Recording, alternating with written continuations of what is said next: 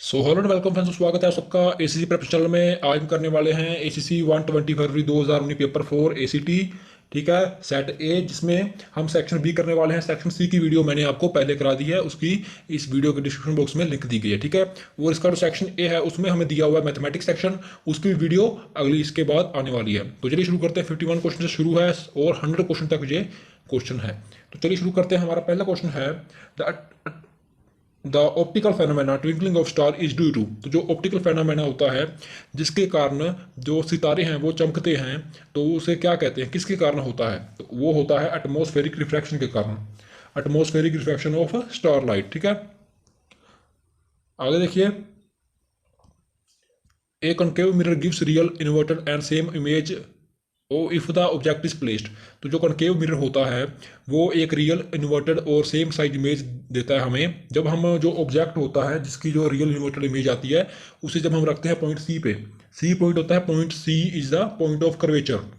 जब curvature point पे हम रख देते हैं तो उसकी जो इमेज है वो एक तो रियल आती है, एक इन्वर्टेड आती है और एक बराबर साइज की आती है। ठीक है, तो ये हमारा सी ऑप्शन करेक्ट आंसर हो जाएगा। आगे देखिए, मैग्नेटिक फील्ड लाइंस डिटरमाइन। जो मैग्नेटिक फील्ड लाइन है वो हमें क्या बताती हैं? तो जो मैग्नेटिक फील्ड लाइन है वो हमें बताती हैं both the direction and the relative strength of magnetic field. यानी कि मैग्नेटिक फील्ड की जो डायरेक्शन है, किस डायरेक्शन में मैग्नेटिक फील्ड फैली हुई है। ठीक है, और जो उसकी स्ट्रेंथ क्या है, रिलेटिवली उसकी स्ट्रेंथ क्या है, उसके बारे में हमें बताती है। तो हमारा करेक्ट आंसर हो जाएगा ऑप्शन डी। अगला प्रश्न देखिए, 54 question. At the time of short circuit, जब शॉर्ट सर्किट होता है तो सर्किट में जो करंट होता है तो उसे क्या होता है? तो सर्किट में जो करंट होता है वो इंक्रीज हैवली। ठीक है, यानी कि वो तेजी से बढ़ जाता है। तो इसका सही आंसर हो जाएगा ऑप्शन सी।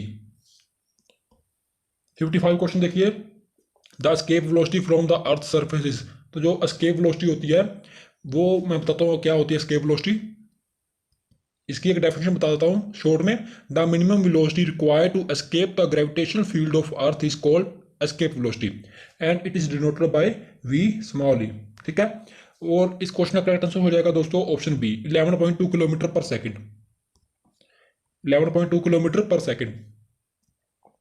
नेक्स्ट क्वेश्चन देखिए, who has started the right hand thumb rule. Right hand thumb rule किसने शुरू किया था? तो वो किया था फ्लेमिंग ने। बी ऑप्शन इसका करेक्ट आंसर हो जाएगा।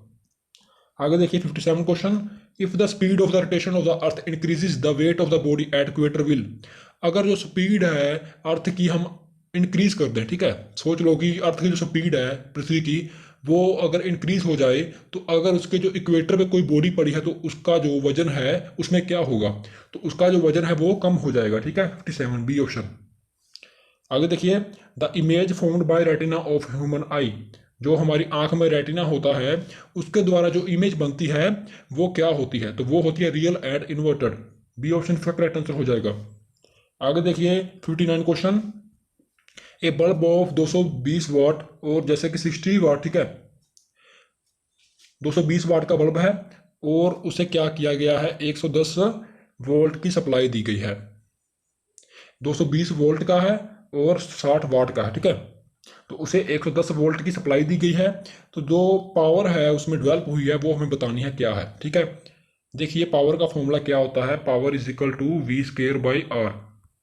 ठीक है, वी मैंने आपको बता दिया, वी इज ए वोल्ट और नीचे है आर। ठीक है, V is a voltage, applied voltage हमें पता है 110 वोल्ट है और पावर टोटल वोल्टेज हमें कितनी दी गई है, 220 वोल्ट। ठीक है, 220 वोल्ट टोटल है लेकिन उसका जो आधा है वो अप्लाई किया गया है। आर यहाँ पे दिया हुआ रजिस्टेंस, रजिस्टेंस का फॉर्मूला है 220 इंटू 220।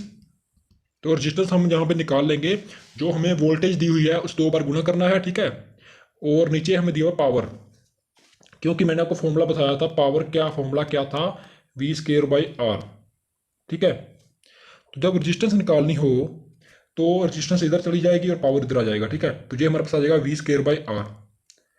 हमें रजिस्टेंस पता करनी थी, अब वो वोल्टेज हमें दी हुई 220 इंटू 220 और हमें पावर दी हुई है, पावर दी है हमें 60।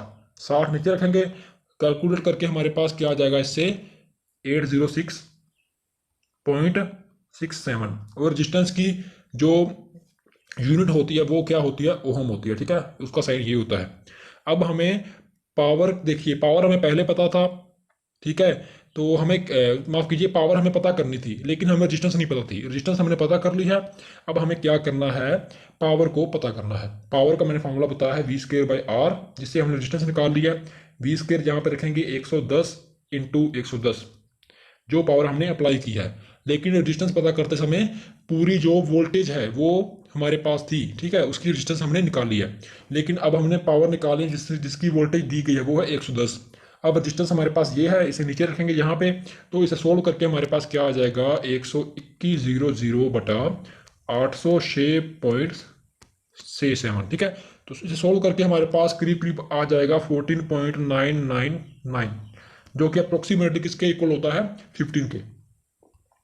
15 के इक्वल होता है, तो हमारा करेक्ट आंसर हो जाएगा ऑप्शन ए। नेक्स्ट देखिए 60 question, the frequency of second pendulum is. तो जो सेकंड पेंडुलम होता है उसकी फ्रीक्वेंसी क्या होती है, उसकी फ्रीक्वेंसी होती है 0.5 हर्ट्ज, ठीक है। 60 का करेक्ट आंसर हो जाएगा ए ऑप्शन। आगे देखिए 61 question, if a car travel distance of 100 kilometre. अगर कोई कार 100 किलोमीटर का डिस्टेंस ट्रेवल करती है और 25 मिनट लेती है, ठीक है, 100 किलोमीटर कवर करने में, तो कार की स्पीड पता करनी है हमें। तो स्पीड का फॉर्मूला क्या होता है, डिस्टेंस अपॉन टाइम। डिस्टेंस हमें पता है 100 किलोमीटर है, ठीक है, नीचे 25 मिनट हमें दिया हुआ टाइम, ठीक है, यानी कि 4 किलोमीटर प्रति घंटे की रफ्तार से चल रही थी, ठीक है। 4 किलोमीटर, माफ कीजिए 4 किलोमीटर प्रति मिनट, क्योंकि नीचे मिनट था। अगर होर दिया होता तो हमें 25 मिनट को होर में कन्वर्ट करना था, जैसे कि 25/60 ले लेते, तो हमारे पास जो आता वो, अगर ऑप्शन में होर दिया होता, लेकिन ऑप्शन में मिनट दिया हुआ है, तो 100/25 कर दिया, हमारे पास आ गया 4 किलोमीटर प्रति मिनट, ठीक है। ये ऑप्शन इसका करेक्ट आंसर हो जाएगा। आगे देखिए, as per law of conservation of energy during a process or system of transformation of energy, the energies. जब कोई प्रोसेस होता है, एज पर, जैसे कि हमें लॉ पता है कंजर्वेशन ऑफ एनर्जी, एनर्जी का नेवर बी डिस्ट्रॉयड, ठीक है, नोर बी क्रिएटेड, जैसे कि nor be created nor never destroyed. तो उसके जो अकॉर्डिंग जो कंजर्वेशन ऑफ एनर्जी है, तो जो प्रोसेस होता है या कोई सिस्टम होता है ट्रांसफॉर्मेशन ऑफ एनर्जी का, तो उसमें एनर्जी क्या होती है, एनर्जी दोस्तों क्या होती है उसमें, only converter to heat to, ठीक है। वो एनर्जी किसके लिए कन्वर्ट होती है, हीट को मैकेनिकल एनर्जी में कन्वर्ट करती है। तो इसका डी ऑप्शन करेक्ट आंसर हो जाएगा। आगे देखिए 63 question, an engine supplies 196 joules of energy. कोई इंजन है जो 196 जूल्स की एनर्जी सप्लाई कर रहा है। तो अगर ये एनर्जी है जो ये 500 ग्राम के वेट पर लगाई जाती है, ठीक है, 500 ग्राम का वेट है, 500 ग्राम को किलोग्राम कन्वर्ट करेंगे, हमारे पास आ जाएगा 1/2 किलोग्राम। तो बोल रहा है इंजन कितना लिफ्ट कर सकता है। देखिए इंजन की पावर पता करनी है, पोटेंशियल पता करना है इंजन का, ठीक है। तो देखिए पोटेंशियल एनर्जी का हमारे पास फॉर्मूला क्या होता है, पोटेंशियल एनर्जी का फॉर्मूला होता है mg/h, ठीक है। पोटेंशियल एनर्जी हमें दी हुई है 196, और मास हमें दिया हुआ है 1/2 किलोग्राम, और जो ग्रेविटी है, ग्रेविटी हम ले लेते हैं 10 मीटर पर सेकंड, यानी कि acceleration due to ground, acceleration due to ground हम लेते हैं, यानी कि जी वो लेते हैं 10 मीटर पर सेकंड, ठीक है। तो यहाँ पर 10 मीटर पर सेकंड ले लेंगे, और हमें हाइट पता करनी है, यानी कि कितना ये वजन उठा सकता है। ये 2 इधर जाके इससे गुना हो जाएगा, और ये हमारे पास आ जाएगा 392, ठीक है, और इधर 10 रह जाएगा, ठीक है जी, और जो 10 इधर जाके इसके नीचे आ जाएगा, तो हमारे पास सोल्व करके क्या आ जाएगा, 39.2, 39.2 हमारे पास हाइट आ जाएगी, ठीक है। यहाँ पे कोई भी इन्होंने सेंटीमीटर मीटर नहीं दिया है, तो हमारे पास 39.2 आंसर आ जाएगा, जो मैं ऑप्शन में दिया हुआ है, बी ऑप्शन में। आगे देखिए, ए 1500 वाट इलेक्ट्रिक गीजर। तो बोल रहे हैं जो 1500 वाट इलेक्ट्रिक गीजर है, उसे हर रोज 2 घंटे चलाया जाता है, तो उसके द्वारा जो एनर्जी कंज्यूम की जाती है वो हमें पता करनी है। तो देखिए इसमें जो ऑप्शन है, इनमें से मेरा जो मैंने सोल्व किया है उनमें से कोई भी मेल नहीं खाता, ठीक है, लेकिन फिर भी मैं आपको सोल्व करवा देता हूँ, मेरे अकॉर्डिंग जो सही आंसर है इसका, इस क्वेश्चन का करेक्ट आंसर बनता है। देखिए 1500 वाट इलेक्ट्रिक गीजर है, 2 घंटे हर रोज चलाते हैं, हमें एनर्जी पता करनी है। एनर्जी का हमें फॉर्मूला पता हुआ है पावर इनटू टाइम, ठीक है। तो हमें क्या करना है, एनर्जी पता कर, देखिए पावर हमारे पास कितनी है, पावर हमारे पास है 1500 वाट, 1500 वाट, और जब 1500 वाट में किलो वाट में कन्वर्ट करते हैं, तो हमारे पास कितना आ जाएगा, 1.5 किलो वाट पर होर, ठीक है, 1.5 किलोवाट पर होर आ गया हमारे पास। अब एनर्जी हमें पता करनी है, पावर हमारे पास 1.5 किलोवाट पर होर है, इसलिए पर होर लिए, क्योंकि हमें टाइम भी घंटों में दिया हुआ है। तो हमारे पास क्या आ जाएगा, power into time 1.5 kilo watt पर होर, किलो वाट होर, माफ कीजिए मैं पर होर बोल रहा हूँ, किलो वाट होर गुना 2, तो हमारे पास आ जाएगा 3.0 किलो वाट होर। तो हमारे पास क्या आंसर आ जाएगा, 3 किलो वाट होर लेता है, यानी कि 3 किलो वाट होर लेता है एक इलेक्ट्रिक गीजर जब उसे 2 घंटे चलाया जाता है। तो मेरे अकॉर्डिंग दोस्तों सही आंसर है 3 किलो वाट होर। ठीक है, लेकिन ऑप्शन में ये आंसर नहीं दिया हुआ है किसी ऑप्शन में, तो इसीलिए मेरे अकॉर्डिंग 3 किलो वाट हो रहा है। अगर आपको लगता है कि इसका आंसर इन ऑप्शन में से कोई है तो आप कमेंट बॉक्स में लिख सकते हैं। ठीक है, इससे दूसरों की हेल्प होती है और मुझे पता चल जाएगा कि मेरा आंसर सही है या गलत है। और ये क्वेश्चन देखिए, ये क्वेश्चन बहुत मोस्ट इंपोर्टेंट है, हर बार पूछा जाता है।